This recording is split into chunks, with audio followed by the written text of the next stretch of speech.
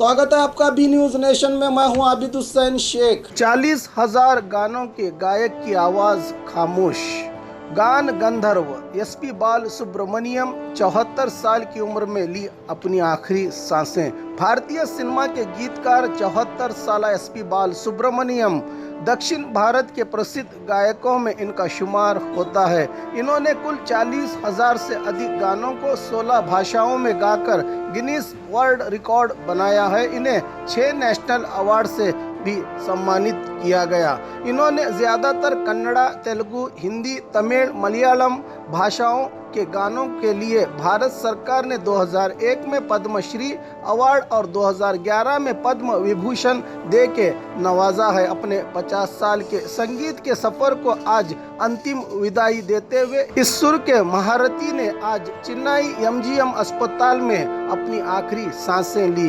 इनके निधन पर केंद्र के गृह मंत्री के अलावा कई दिग्गज नेता और अभिनेताओं ने अपने दुख का इजहार किया है।